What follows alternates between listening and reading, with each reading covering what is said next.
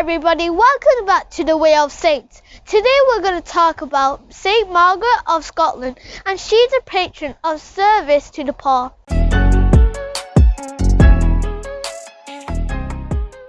She was a daughter of the English prince Edward the Exile and his wife Agatha, and also the granddaughter of Edmund Ironside, the King of England. After the death of Ironside in the year 1016, Conte sent the infant Edward and his brother to the court of the Swedish king Olaf, and they eventually made their way to Kiev.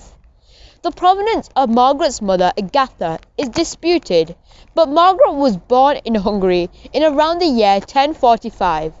Her brother Edgar and her sister Christina was also born in Hungary and around this time.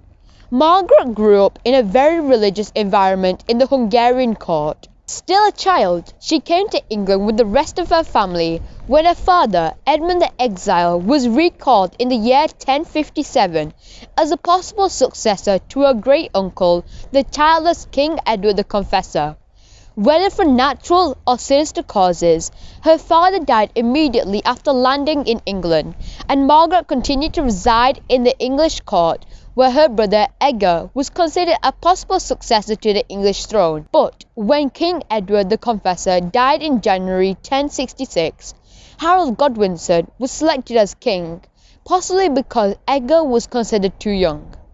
After Harold's defeat at the Battle of Hastings later that year, Edgar was proclaimed King of England, but when the Normans advanced on London, Wigmont presented Edgar to William the Conqueror, who took him back to Normandy before returning him to England in the year 1068, where Edgar, Margaret and Christina and their mother Agatha fled north to Northumbria, England. According to this tradition, the widowed Agatha decided to leave Northumbria, England, with her children and return to the continent. However, a storm drove their ship north to the Kingdom of Scotland, where they were shipwrecked in 1068. But they were given refuge by King Malcolm III, who was the King of Scotland at that time. The locus where it was believed that they had landed is known as Saint Margaret's Hope. King Malcolm III was a widower with two sons, Donald and Duncan. He would have been attracted to marrying one of the few remaining members of the Anglo-Saxon royal family. The marriage of Malcolm and Margaret occurred in the year 1070. Subsequently, Malcolm executed several invasions in Northumberland to support his claim of his new brother-in-law Edgar and to increase his own power. However, these had little effect to save the devastation of that county.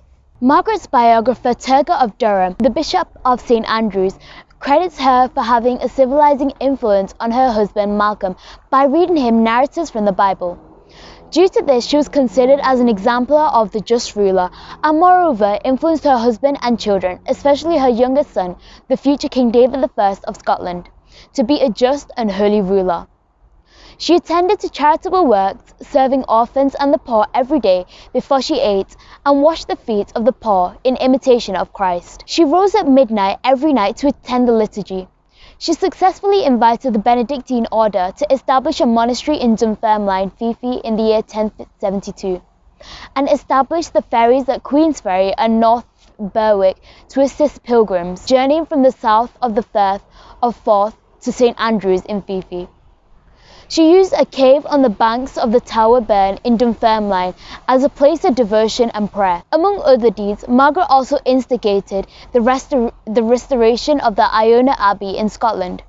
She is also known to have interceded for the release of the fellow English exiles who had been forced into serfdom by the Norman conquest of England.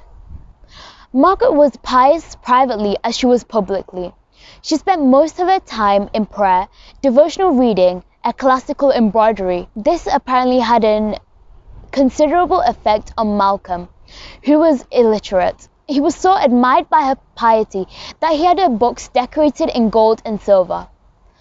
Malcolm was apparently largely ignorant to the long-term effects of Margaret's endeavours, and not being especially religious himself.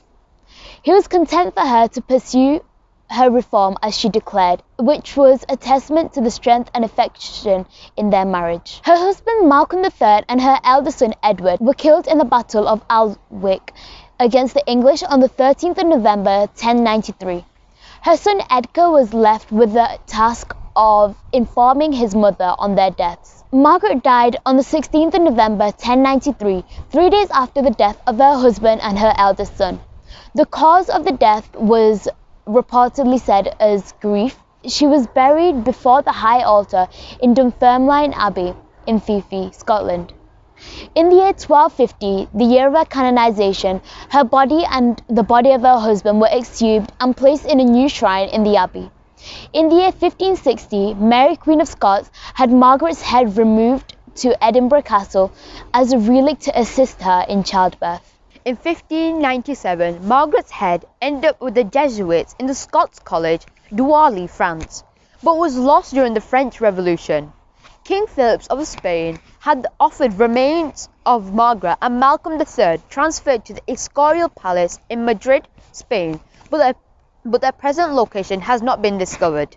Pope Innocent IV canonized Saint Margaret in the year 1250 in recognition for her personal holiness, fidelity to the Roman Catholic Church, work for ecclesiastical reform and charity. On the 19th of June 1250, after her canonization, her remaining remains were transferred to a chapel in the eastern apse of Dunfermline Abbey in Fife, Scotland. Saint Margaret of Scotland, pray for us.